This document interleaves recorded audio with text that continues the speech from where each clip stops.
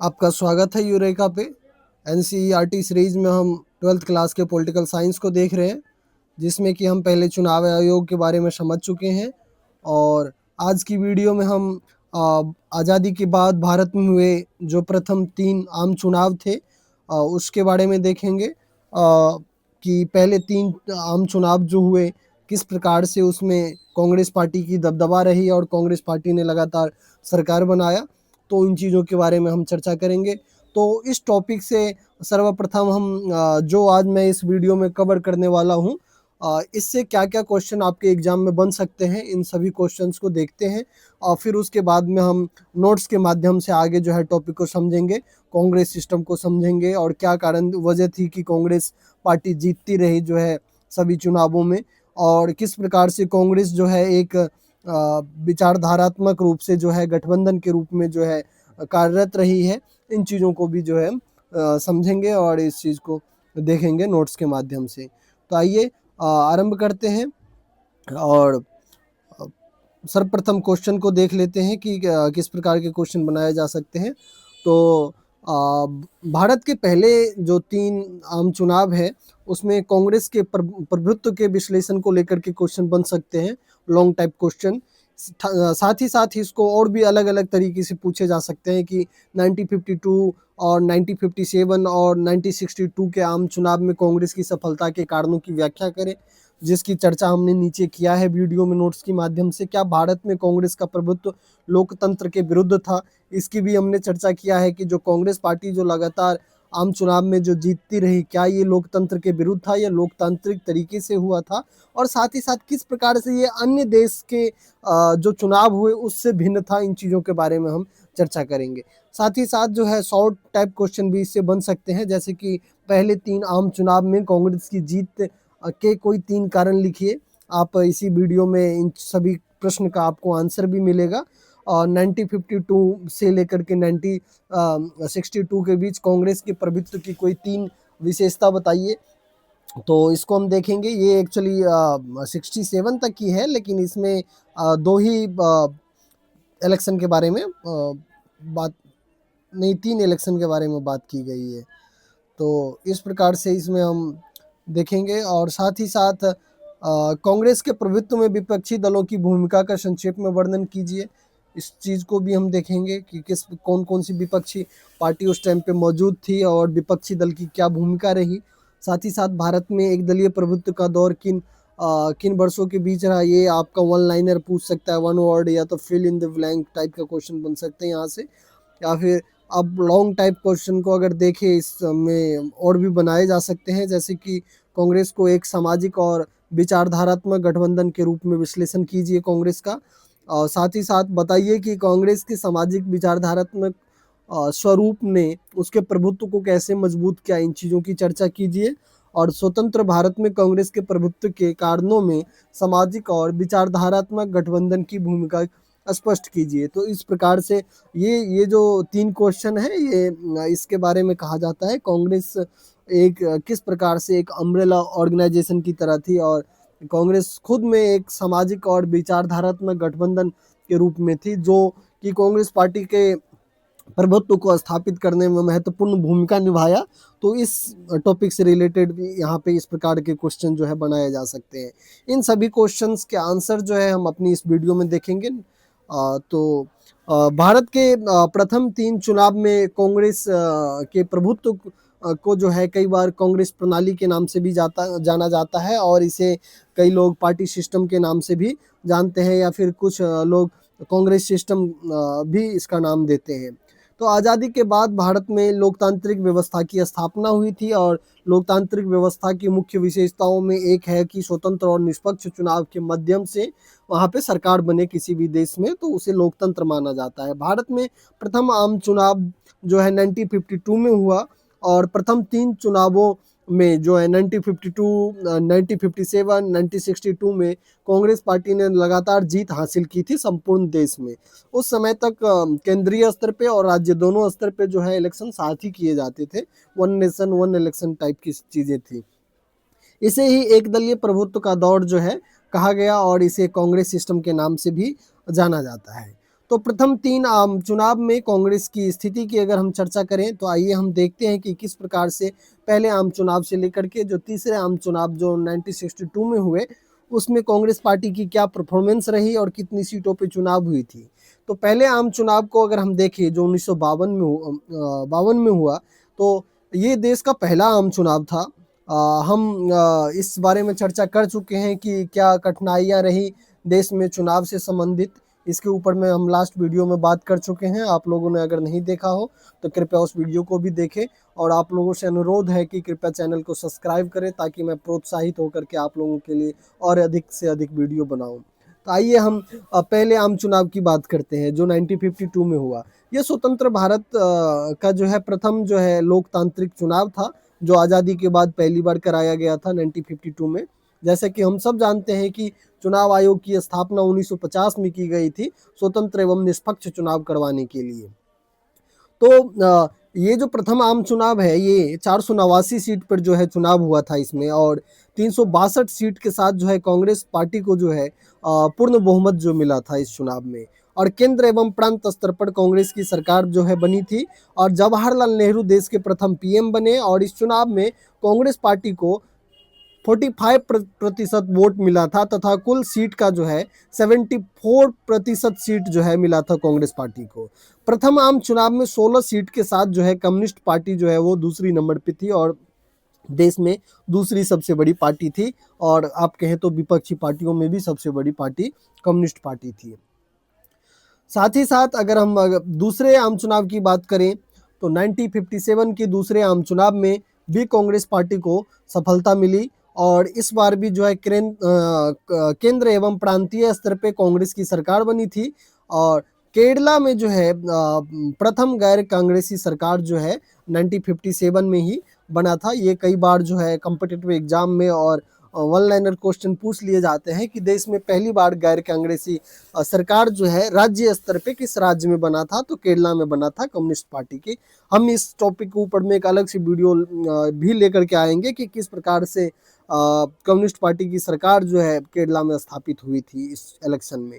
और साथ ही साथ 1957 के चुनाव में जो है सीटें बढ़ गई थी। इस बार आप देखेंगे कि पहले इलेक्शन में 362 सीट पे चुनाव हुआ था, लेकिन 57 में जो है 494 लोकसभा की सीट पे चुनाव हुआ था। इसमें से 572 सीट पर जो है कांग्रेस उम्मीदवार जो है विजय हुए थे और इस चुनाव में कांग्रेस को लगभग जो है 48% वोट मिला था, यानी कि पहले चुनाव से अधिक वोट प्रतिशत जो है कांग्रेस पार्टी को मिला था और पहले से अधिक सीट भी मिली थी और नेहरू जी ही इस बार भी पीएम बने थे। इसके बाद में जब तीसरी आम चुनाव की अगर हम बात करें जो 1962 में तीसरा आम चुनाव हुआ, इस बार भी कांग्रेस पार्टी की सरकार बनी थी और ये चुनाव भी जो है 494 सीट पे हुआ था और इसमें कांग्रेस को जो है 361 सीट और 45% जो है वोट प्राप्त हुआ था। तो इस प्रकार से आपने देखा कि कैसे पहले आम चुनाव 1952 के चुनाव से लेकर के जो तीसरा आम चुनाव जो 1962 में हुआ, इन सभी चुनाव में कांग्रेस का जो है प्रभुत्व रहा, कांग्रेस को बहुमत मिलता रहा और कांग्रेस पार्टी जीतती रही और कांग्रेस पार्टी की सरकार बनती रही। इसी नेचर को भारतीय इलेक्शन के इतिहास में इसी को कांग्रेस सिस्टम या फिर पार्टी सिस्टम या फिर एक दलीय प्रभुत्व के काल, वन डोमिनेंट पार्टी सिस्टम के प्रभुत्व के काल के रूप में जो है जाना जाता है और हम सभी जो है पॉलिटिकल साइंस में इसका अध्ययन करते हैं। तो आइए हम देखते हैं कि कांग्रेस की जो ये नेचर थी, जो कांग्रेस लगातार चुनाव जीतती जा रही थी, इसके प्रभुत्व के प्रमुख क्या कारण थे, किस वजह से कांग्रेस जो है सभी चुनाव में जीत हासिल कर रही थी। तो जैसे कि वर्तमान समय में आप देख सकते हैं कि अगर वर्तमान से आप कनेक्ट करेंगे तो कांग्रेस जिस स्थिति में उस समय में थी, वर्तमान समय में कांग्रेस उस स्थिति में नहीं है, कांग्रेस काफ़ी कमज़ोर हो चुकी है। तो यही सब कारण है जो वर्तमान समय में कांग्रेस में नहीं है। तो कांग्रेस की कमजोरी के पीछे जो है ये सब महत्वपूर्ण भूमिका है, कारण है जो कि इस कभी एक समय पे इसके प्रभुत्व के स्थापित करने का जो महत्वपूर्ण कारण भी था।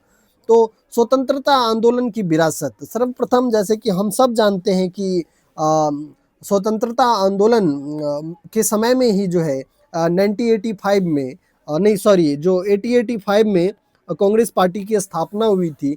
एओ ह्यूम ने कांग्रेस पार्टी की स्थापना की थी जो कि स्वतंत्रता आंदोलन में कांग्रेस पार्टी की महत्वपूर्ण भूमिका जो रही है। देश की स्वतंत्रता संग्राम में कांग्रेस पार्टी ने अत्यंत महत्वपूर्ण भूमिका निभाई और देश को आज़ादी मिलने के बाद में इसका फल भी जो है कांग्रेस पार्टी को मिला और कांग्रेस पार्टी लगातार जो है सत्ता में बनी रही। स्वतंत्रता आंदोलन की विरासत की जब भी बात की जाती है तो वो विरासत के रूप में कांग्रेस पार्टी को मौका मिला। आज़ादी की लड़ाई में कांग्रेस पार्टी की महत्वपूर्ण भूमिका थी, ये सभी जानते थे और यही वजह था कि जिस वजह से लोगों ने आज़ादी के बाद में कांग्रेस पार्टी को इतना प्यार दिया, इतनी वोट किया।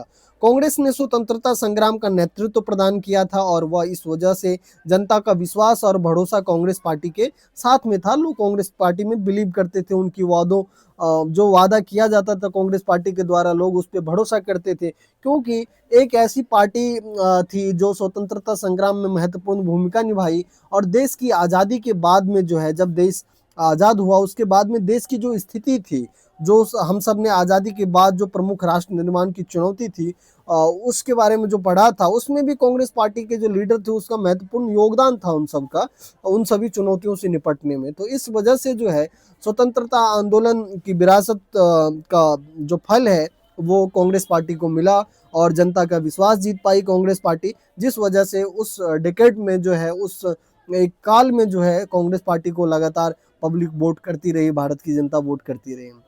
साथ ही साथ जब हम दूसरे तत्व को देखें तो कांग्रेस पार्टी के पास में उस समय में मजबूत संगठन थी, क्योंकि 1885 में कांग्रेस पार्टी की स्थापना हुई थी। यह भारत की सबसे पुरानी राजनीतिक पार्टी है और इस पार्टी का संगठन जो है गांव से लेकर के राष्ट्रीय स्तर तक, जैसे कि वर्तमान समय में आप देख सकते हैं बीजेपी विश्व की सबसे बड़ी राजनीतिक पार्टी है और यही वजह है कि बीजेपी लीड ले पाती है हर एक इलेक्शन में। अभी वर्तमान समय में ले रही है 2014 के बाद से राष्ट्रीय स्तर पे, क्योंकि बीजेपी सांगठनिक रूप से वर्तमान समय में अत्यंत मजबूत पार्टी है। तो जिस बात का बढ़त जो है इलेक्शन के समय में इन पार्टियों को मिलता है, जिसकी संगठन मजबूत होती है, वो अधिक लोगों से लोगों तक अपनी बात को पहुंचा पाते हैं और लोगों से कनेक्ट हो पाते हैं, लोगों का विश्वास जीत पाते हैं और इस प्रकार से जो है वही चीज़ें वोट में परिवर्तित होती है और उनको सत्ता तक पहुंचाती है। तो इनके पास स्थानीय नेता और कार्यकर्ताओं का मजबूत नेटवर्क भी था कांग्रेस पार्टी के साथ उस समय में। वर्तमान समय में ठीक इसके अपोजिट है, संगठन कमजोर हो चुकी है, इनके पास में कार्यकर्ताओं का अभाव है। ऐसा कोई करिश्माई जो नेतृत्व करने वाला चेहरा नहीं है जो कांग्रेस पार्टी को लीड करे। लोग जो राहुल गांधी है, बहुत ही पहले शुरुआती दौर में राहुल गांधी बड़ा इमेच्योर टाइप के लोग थे, रहे हैं, तो उन पे लोगों ने भरोसा नहीं जताया। लेकिन ठीक जब हम कांग्रेस के प्रभुत्व के काल की बात करते हैं तो उस समय में नेहरू जैसे लोग जो स्वतंत्रता आंदोलन के समय से इतने एक्टिव रहे हैं, उसमें महत्वपूर्ण भूमिका निभाया उन्होंने और नेहरू जैसे करिश्माई लोग नेतृत्व कर रहे थे कांग्रेस पार्टी की, तो इस वजह से भी कांग्रेस पार्टी को जो है बढ़त मिल रहा था इन सभी इलेक्शनों में। साथ ही साथ उस समय में जो है विपक्ष काफी कमजोर थी, क्योंकि कांग्रेस पार्टी इतनी मजबूत थी तो विपक्ष तो कमजोर होगी, क्योंकि विपक्षी दलों की जो संगठन थी वो इतनी मजबूत नहीं थी और विपक्षी दल जो है संगठनात्मक और वैचारिक रूप से भी कमजोर थी। वे कांग्रेस के विकल्प के रूप में खुद को स्थापित नहीं कर पा रही थी। जैसे कि वर्तमान समय में अगर आप देखें तो आप कह सकते हैं कि ये बीजेपी के प्रभुत्व का दौर है, क्योंकि वर्तमान समय में भी वही है, जो अन्य विपक्षी पार्टियां हैं वो बीजेपी के विकल्प के रूप में खुद को नहीं स्थापित कर पा रही है। इस वजह से उनको लगातार चुनाव में हार का सामना करना पड़ रहा है। तो विभिन्न सामाजिक वर्ग एवं विचारधारा का समर्थन भी था कांग्रेस पार्टी को। अभी हम देखेंगे इस टॉपिक के ऊपर में एक अलग से भी हम चर्चा करेंगे इसी वीडियो में कि किस प्रकार से कांग्रेस पार्टी अपने आप में जो है एक सामाजिक एवं विचारधारात्मक गठबंधन के रूप में था, जिसको आप कह सकते हो अम्ब्रेला ऑर्गेनाइजेशन की तरह था। कांग्रेस पार्टी में विभिन्न वर्ग के लोग थे, विभिन्न वर्ग, सामाजिक वर्ग के हैं या फिर विभिन्न विचारधारा के लोग थे, जिसमें कि किसान वर्ग के रूप में अगर आप देखें तो किसान, मजदूर, उद्योगपति, जमींदार आदि कांग्रेस में सभी शामिल थे। अगर आप विचारधारा के रूप में देखें तो कांग्रेस में समाजवादी विचारधारा के लोग, उदारवादी विचारधारा के लोग, पूंजीवादी विचारधारा के लोग, सभी विचारधारा के लोग जो है कांग्रेस पार्टी में शामिल थे। तो कांग्रेस अपने आप में एक अम्ब्रेला ऑर्गेनाइजेशन की तरह थी और कांग्रेस में विभिन्न सामाजिक वर्ग एवं विचारधारा के लोगों को कांग्रेस पार्टी को समर्थन था और यही सभी वजह थी कि कांग्रेस पार्टी उस समय में इतनी मजबूत थी और मजबूती के साथ जो है कांग्रेस पार्टी लगातार चुनाव जीतती रही, जिसको पॉलिटिकल साइंटिस्ट ने जो है एक दल के प्रभुत्व का काल, या फिर कांग्रेस के प्रभुत्व का काल, या फिर पार्टी सिस्टम, या फिर इसे कांग्रेस सिस्टम का नाम जो है दिया गया।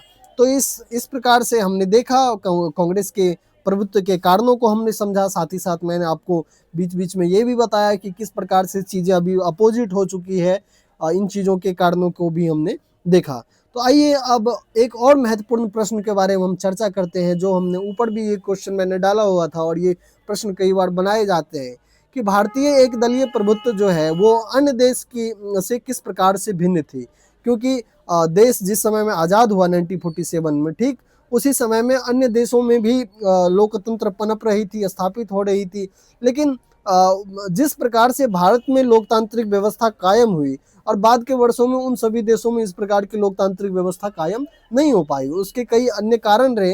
तो यहाँ पे क्वेश्चन में यही पूछा गया है कि जो भारतीय एक दलीय प्रभुत्व का जो काल था, वो अन्य देश जो कुछ उस समय के एग्जाम्पल अगर आप देखेंगे, जैसे एग्जाम्पल भी हम देंगे, वहाँ के जो एक दलीय प्रभुत्व है उससे किस प्रकार से अलग था। तो सर्वप्रथम तो भारत में जो लोकतांत्रिक एक दलीय प्रभुत्व था, कि भारत में आपने देखा कि कैसे 52 के बाद से ठीक एक निश्चित अवधि के बाद में चुनाव होता रहा, जो लोकतंत्र की सबसे बड़ी विशेषता है। और नेता जो चुन के आ रहे थे, जो सरकार बना रहे थे, वे सभी लोकतांत्रिक माध्यम से, चुनाव के माध्यम से लोगों के द्वारा चुन के आ रहे थे। और भारत में ऐसी बात नहीं थी कि उस समय में विपक्ष नहीं थी और सिर्फ कांग्रेस पार्टी चुनाव लड़ रही थी।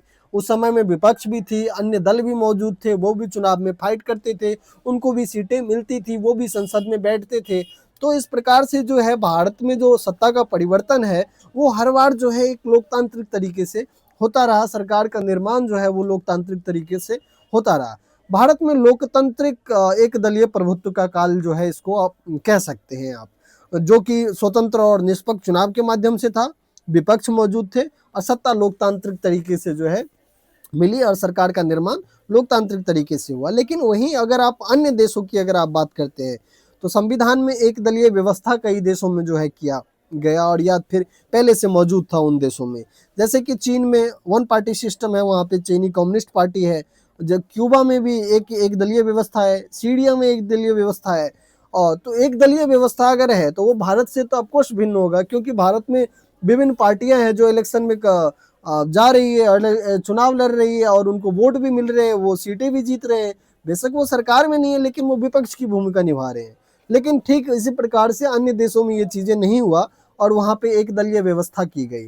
तो एक दलीय व्यवस्था में ये है कि अगर एक ही दल है तो वही दल चुनाव लड़ती है और उन्हीं के नेता जो है वो सत्ता के सर्वोच्च पद पे भी कायम होते हैं। तो साथ ही साथ एक तीसरा भी अलग है कि वो उन देशों में सैन्य शासन जो है स्थापित हुआ।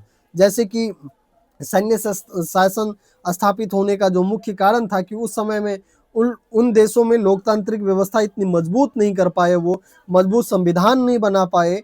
और हो सकता है कि उन्होंने, जैसे कि हम कई बार चर्चा कर चुके हैं कि इन देशों के जो लीडरशिप थे, इन लोगों ने अपनी एकता को प्राथमिकता देने के लिए जो है लोकतंत्र को अपनाने से हिचके और कमजोर लोकतंत्र की स्थापना किया, जिसका परिणाम बाद में ये हुआ कि वहाँ पे सैन्य शासन की स्थापना हुई। उसमें से एक पाकिस्तान भी रहा। पाकिस्तान के ऊपर में हमने पूरा लॉन्ग टाइप वीडियो बनाया हुआ है कि किस प्रकार से पाकिस्तान में डिक्टेटरशिप और लोकतांत्रिक सत्ता का हस्तांतरण और परिवर्तन जो है वहाँ पे होता रहा। तो सैन्य शासन की अगर हम बात करें तो म्यांमार, बेलारूस और इरिट्रिया जैसे देश में जो है सैन्य शासन भी स्थापित हुआ। तो इस प्रकार से ये इन सभी देशों की जो स्थिति थी वो भारत से काफ़ी भिन्न थी। और आइए हम एक और नेक्स्ट महत्वपूर्ण प्रश्न को देखते हैं। इस टॉपिक से क्या क्वेश्चन पूछे जा सकते हैं, जिसकी चर्चा हमने ऊपर की है। अब हम इसके वर्णन को देखते हैं कि यहाँ से जो मुख्य जो हमें समझना है कि कांग्रेस किस प्रकार से एक सामाजिक और विचारधारात्मक गठबंधन के रूप में थी, इन चीज़ों को हम देखेंगे। तो आज़ादी के बाद कांग्रेस जो है सिर्फ एक राजनीतिक दल नहीं थी, बल्कि यह विभिन्न सामाजिक वर्ग और विचारधाराओं का व्यापक गठबंधन था। और इसी कारण कांग्रेस को एक पार्टी प्रभुत्व के दौर एक सामाजिक और विचारधारात्मक गठबंधन, सोशल एंड आइडियोलॉजिकल कोएलिशन के रूप में जो है वर्णित किया जाता है। जैसे कि हम सब जानते हैं कि कांग्रेस पार्टी की स्थापना 1885 में हुआ, और उस समय में कांग्रेस पार्टी की जो स्थिति थी कि ज़्यादा एलीट क्लास के लोग ही कांग्रेस पार्टी में थे। लेकिन दिन प्रतिदिन कांग्रेस पार्टी की स्वतंत्रता आंदोलन में जब भूमिका बढ़ती गई तो लोगों का जुड़ना भी आरंभ हुआ, और कांग्रेस पार्टी में जो है एक ऐसे वर्ग उभर करके विभिन्न देश के विभिन्न वर्ग के लोग शामिल हुए, अलग अलग आइडियोलॉजी के लोग शामिल हुए कांग्रेस पार्टी में। और बाद के वर्षों में भी, देश की स्वतंत्रता के बाद भी कांग्रेस पार्टी में ये स्थिति बनी रही कि वहाँ पे अलग अलग सामाजिक विचार को मानने वाले लोग, सामाजिक वर्ग के लोग जो है कांग्रेस पार्टी में रही, जिस वजह से कांग्रेस पार्टी को लीड मिलता रहा और कांग्रेस पार्टी एक प्रभुत्व स्थापित कर पाई देश में, और लगातार कांग्रेस पार्टी को इलेक्शन में इस चीज का फायदा मिला। तो कांग्रेस पार्टी को अगर हम कांग्रेस एक सामाजिक गठबंधन के रूप में अगर हम देखें तो सर्वप्रथम आप देखिए कि कितने सामाजिक वर्ग है वो सभी कांग्रेस पार्टी में समाहित था। इसमें कांग्रेस पार्टी में किसान और ग्रामीण वर्ग के लोग भी कांग्रेस पार्टी में थे। संगठन मजबूत था। संगठन केंद्र से लेकर के राज्यों तक कांग्रेस पार्टी की सरकार बनती थी। साथ ही साथ मजदूर वर्ग हो गया, उद्योगपति और व्यापारी वर्ग भी थे, उच्च जाति और पिछड़े वर्ग के लोग भी शामिल थे, अल्पसंख्यक लोग भी थे और शिक्षित वर्ग भी थे। यानी कि समाज के विभिन्न वर्ग के लोग जो है कांग्रेस पार्टी में शामिल थे। कांग्रेस पार्टी के कोई सदस्य रहे होंगे, कोई कार्यकर्ता रहे होंगे, कोई उनके अधिकारीगण रहे होंगे, या फिर कांग्रेस पार्टी के विचारधारा से प्रभावित होंगे। यानी कि कांग्रेस पार्टी को इन सभी वर्गों के द्वारा जो है समर्थन प्राप्त था उस समय में। इस वजह से कांग्रेस पार्टी की प्रभुत्व कायम हुई, और इसलिए इस कांग्रेस पार्टी को अपने आप में एक सामाजिक गठबंधन के रूप में जो है परिभाषित किया गया। क्योंकि देखा जाए तो गठबंधन का मतलब है कि विभिन्न अलग अलग चीजों का जुड़ना। तो यहाँ पे हम देख रहे हैं कि अलग अलग सामाजिक वर्ग जो कांग्रेस पार्टी में समाहित थे, और उनका समर्थन जो है कांग्रेस पार्टी को था उस समय में। तो इसलिए कांग्रेस पार्टी को हम सामाजिक गठबंधन के रूप में भी देखते हैं, उस समय की जो नेचर थी कांग्रेस पार्टी की। और साथ ही साथ जो है कांग्रेस पार्टी को एक विचारधारात्मक गठबंधन के रूप में भी बताया गया उस समय के अनुसार। यानी कि कांग्रेस पार्टी में उदारवादी सोच के लोग भी थे, समाजवादी सोच के लोग भी थे। जैसे कि आप एग्जाम्पल के रूप में ये देख सकते हैं कि देश की आज़ादी के बाद जो देश में आर्थिक विकास की जो नीति अपनाई गई उसमें समाजवाद को मुख्य सेंटर में रखा गया, और हमने प्लान्ड इकोनॉमिक सिस्टम अपनाया।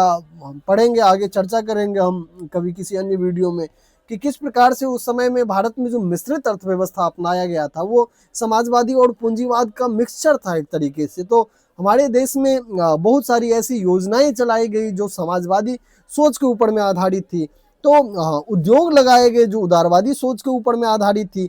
गांधीवादी विचारधारा को मानने वाले लोग थे वो कांग्रेस पार्टी में शामिल थे, और कुछ कंजर्वेटिव टाइप लोग भी जो कांग्रेस पार्टी में शामिल थे। तो इस प्रकार से कांग्रेस पार्टी अपने आप में विभिन्न वर्गों को समाहित की हुई थी, विभिन्न विचारधाराओं को समाहित की हुई थी। तो इसलिए इन सभी विचारधाराओं को मानने वाले लोग अगर उस पार्टी में हो तो क्यों ना जो पब्लिक है, जो आम नागरिक है, जो इन अलग अलग विचारधाराओं को फॉलो करती है, वो भी तो इन्हीं को समर्थन देगी। तो ये भी एक मुख्य वजह रहा था उस समय में कांग्रेस पार्टी को लीड मिलने के लिए। तो खैर, हम उस लीड के कारण के बारे में चर्चा कर चुके हैं, लेकिन इस पॉइंट पे हमें यही देखना था कि कांग्रेस एक सामाजिक और विचारधारात्मक गठबंधन के रूप में किस प्रकार से थी, इस बात को परिभाषित कीजिए। तो आप इसको आरंभ कर सकते हैं जब कांग्रेस की स्थापना हुई थी 1885 में, उस समय से लेकर के कि किस प्रकार से कांग्रेस पार्टी में उस समय में एलिट वर्ग के लोग ही थे, जमींदार लोग थे, शिक्षित लोग थे। लेकिन बाद के वर्षों में स्वतंत्रता आंदोलन के समय से आम लोगों की भूमिका जो है कांग्रेस पार्टी में बढ़ती चली गई, और धीरे धीरे बाद के वर्षों में ये हमें देखने को मिला कि कांग्रेस में अलग अलग विचारधारा के लोग, अलग अलग सामाजिक वर्ग के लोग जो है समाहित हुए, और कांग्रेस पार्टी के अंदर ही जो है वो कुछ लोगों ने विपक्ष की भी भूमिका निभाया। जैसे ग्रुपिज्म भी था, वहाँ पे अलग अलग ग्रुप थे, उन सब का अलग अलग मत होता था, वो पॉलिटिकल डिबेट करते थे। तो एक तरीके से लोकतांत्रिक चीज़ें जो है दिखाई पड़ती थी उस समय में। लेकिन वर्तमान समय में हायरार्कियल चीज़ें हो चुकी है, वन पर्सन डोमिनेटेड चीज़ें हो चुकी है। तो वो उस चीज़ का जो है निगेटिव इफेक्ट जो है हम देखने को मिलते हैं कि कि किस प्रकार से सांगठनिक रूप से जो है कांग्रेस वर्तमान समय में कमजोर हो चुकी है, और जिसका वजह है कि कांग्रेस पार्टी को सफलता नहीं मिल पा रहा है किसी इलेक्शन में। अभी वर्तमान समय में कांग्रेस पार्टी उस प्रभाव को नहीं दिखा पा रही है जो कि एक समय में हुआ करती थी। तो इस प्रकार से कांग्रेस विचारधारात्मक और सामाजिक एवं विचारधारात्मक गठबंधन के रूप में उस समय में थी, जो उसके प्रभुत्व के को स्थापित करने में महत्वपूर्ण भूमिका निभाया। अब हम देखते हैं कांग्रेस सभी वर्ग की इसका जो प्रभाव क्या पड़ा, जो सामाजिक और विचारधारात्मक जो गठबंधन है कांग्रेस, इसका क्या प्रभाव पड़ा, इस चीज को अगर हम देखें तो कांग्रेस सभी वर्ग की प्रभुत्व करने वाली पार्टी जो है बनी। विपक्ष कमजोर और सीमित प्रभावी था उस बन पाया इस वजह से, क्योंकि अगर बहुत आइडियोलॉजी, अलग अलग आइडियोलॉजी के मानने वाले लोग इसमें थे ही, तो स्वाभाविक सी बातें हैं कि विपक्ष में कम ही बचेंगे। तो कांग्रेस के अंदर भी जो है आंतरिक विपक्ष जैसी सिस्टम मौजूद थी, और पार्टी के भीतर जो है लोकतांत्रिक बहस को जो है बढ़ावा मिलता था उस समय में। तो ये प्रभाव जो है इसका प्रमुख प्रभाव रहा। आइए अब एक चीज हम और देखते हैं, भारत के प्रथम 3 जो आम चुनाव हुए उसको एक आप यहाँ पे थोड़ा देख सकते हैं। आप उस समय के पार्टी को भी आप याद रखेंगे, ये आपके लिए महत्वपूर्ण है, क्वेश्चन बनाए जा सकते हैं एग्जाम में यहाँ से। अब मैं एक वीडियो ऐसा भी लेकर के आऊँगा जिन पार्टियों का जिक्र किया गया है इस चैप्टर में, उन सभी पार्टी के स्थापना, उनके विचारधारा, इन सभी चीज़ों को मैं संक्षिप्त में लाने का कोशिश करूंगा, जिससे कि आपके एग्जाम में जो क्वेश्चन बनाए जाएंगे, यहाँ से क्वेश्चन बनते हैं बोर्ड में, 4 नंबर तक के क्वेश्चन बनाए जाते हैं, पार्टी के बारे में पूछे जाते हैं। तो इन सभी पार्टियों के नाम को आप देखेंगे, उसके स्थापना की वर्ष को याद रखेंगे। तो इस हिसाब से मैं इसके ऊपर एक सेपरेट वीडियो लेकर के आऊँगा पार्टी के ऊपर में, जिन सभी पार्टियों की चर्चा की गई है इस चैप्टर में। अभी हम फिलहाल अगर उस समय के 3 इलेक्शन को देखें तो जिसकी चर्चा हम ऊपर कर ही चुके हैं। आप देख सकते हैं कि जो पहला इलेक्शन है 1952 का, इस समय में कांग्रेस को 364 सीट मिला था और 489 सीट पे इलेक्शन हुआ था। फिर इसके बाद में आप देख सकते हैं कि आगे के इलेक्शन में जो है 494 सीट पे चुनाव हुआ और कांग्रेस पार्टी को 371 सीटें जो है मिली थी, और 494 सीट पे चुनाव जो है तीसरे इलेक्शन में भी हुआ, और 361 सीट जो है कांग्रेस पार्टी को इसमें मिली थी। आप पहले इलेक्शन में देख सकते हैं कि जो सीपीआई है, ये सबसे बड़ी विपक्षी पार्टी थी उस समय में, इनको 16 सीट मिला था, और दूसरी इलेक्शन में भी इनको 27 सीट मिला था, सर्वाधिक सीटें विपक्ष के रूप में, और तीसरे इलेक्शन में इनको 20 सीटें मिली थी। तो इस प्रकार से जो है ये भारत में 3 जो लोकसभा के चुनाव थे, प्रथम 3 चुनाव जो 1952 से लेकर के 62 तक हुए, इसको हमने देखा। और आगे चैप्टर में और भी जो महत्वपूर्ण टॉपिक होंगे इसको मैं कवर करवाऊंगा। आप लोगों से उम्मीद है कि आप सभी बने रहें वीडियो में, बनते हैं लास्ट तक देखिए वीडियो को, चैनल को सब्सक्राइब कीजिए, इससे मैं और भी अधिक प्रोत्साहित होकर के आपके लिए वीडियो बनाऊंगा।